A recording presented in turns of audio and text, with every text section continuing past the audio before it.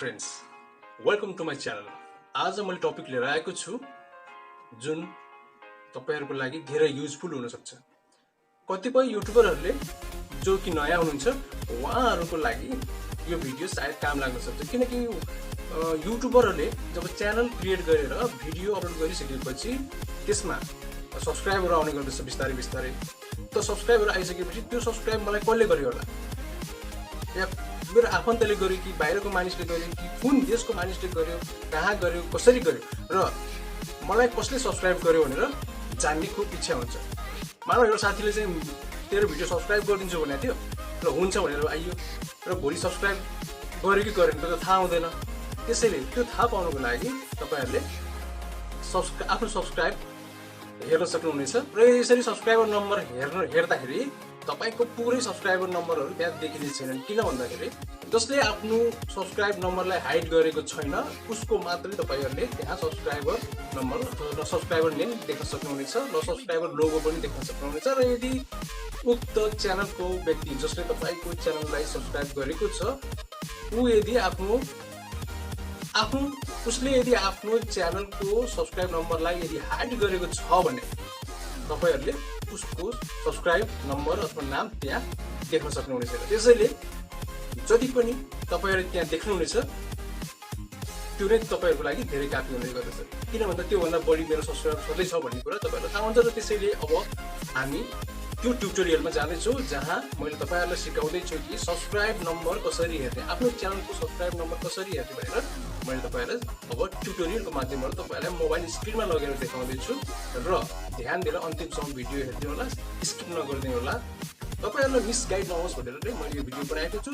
र यदि भिडियो लामो नगरिकन अब हामी ट्युटोरियलमा जाँदै छौं। र मोबाइल स्क्रिनमा जानुभन्दा अगाडि यदि तपाईहरु मेरो च्यानलमा नयाँ हुनुहुन्छ भने कृपया लाइक, शेयर, सब्स्क्राइब गर्न नबिर्सनु होला। त लागौं हामी अब मोबाइल स्क्रिनमा।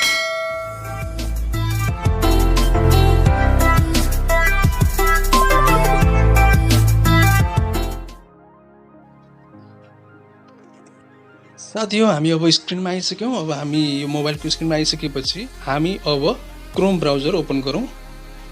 म यहाँ क्रोम ब्राउजर ओपन गर्दै छु।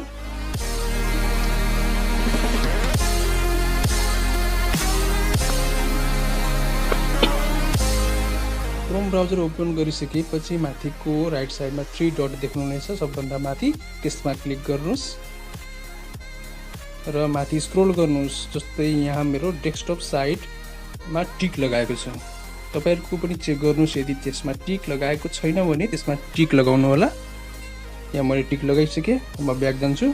त्यसपछि गएर हाम्रो यो च्यानलको लोगो देख्न सक्नुहुनेछ राइट साइडमा सानो गोलो, त्यो लोगोमा क्लिक गर्नुपर्ने हुन्छ। यदि तपाईको त्यहाँ लोगो देखिएको छैन या साइन इन गर भनेको छ भने तपाईको आफ्नो च्यानलको जुन गुगल आइडीले तपाईले आफ्नो च्यानल खोल्नु भएको छ त्यही गुगल आइडी यहाँ साइन इन गर्नुपर्ने हुन्छ।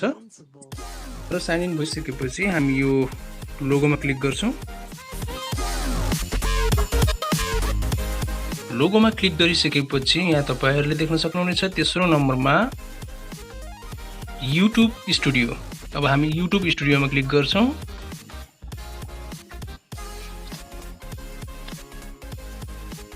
युट्युब स्टुडियोमा क्लिक गर्ने बित्तिकै हामी युट्युब स्टुडियोको साइटमा पुग्छौं। यस्तो तरिकाले आउँछ र त्यसपछि हामी थोरै तल जान्छौं।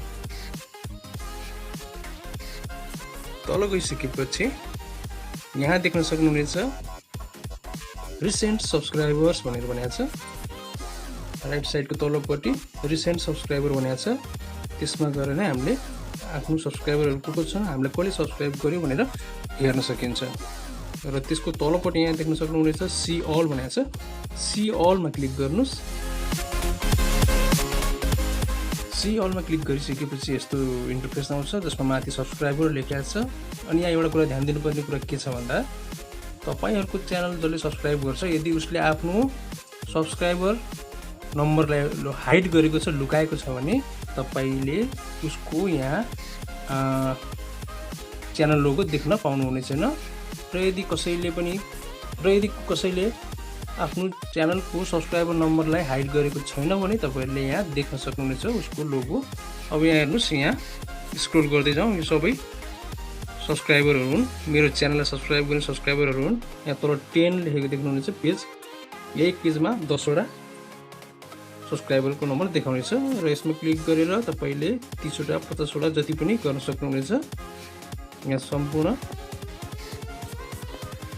सब्सक्राइबरहरू देखिनेछन्।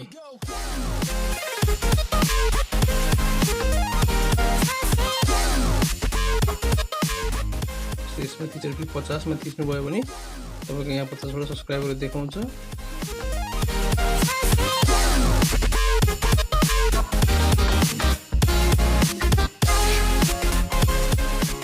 यसरी आफ्नो सब्सक्राइबर हेर्न सकिन्छ र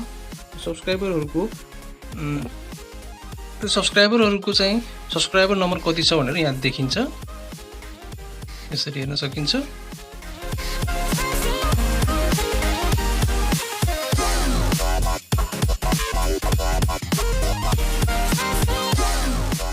र तिनीहरूले कहिले हाम्रो च्यानललाई सब्सक्राइब गरे भनेर पनि त्यो डेट पनि यहाँ हामीले हेर्न सकिन्छ।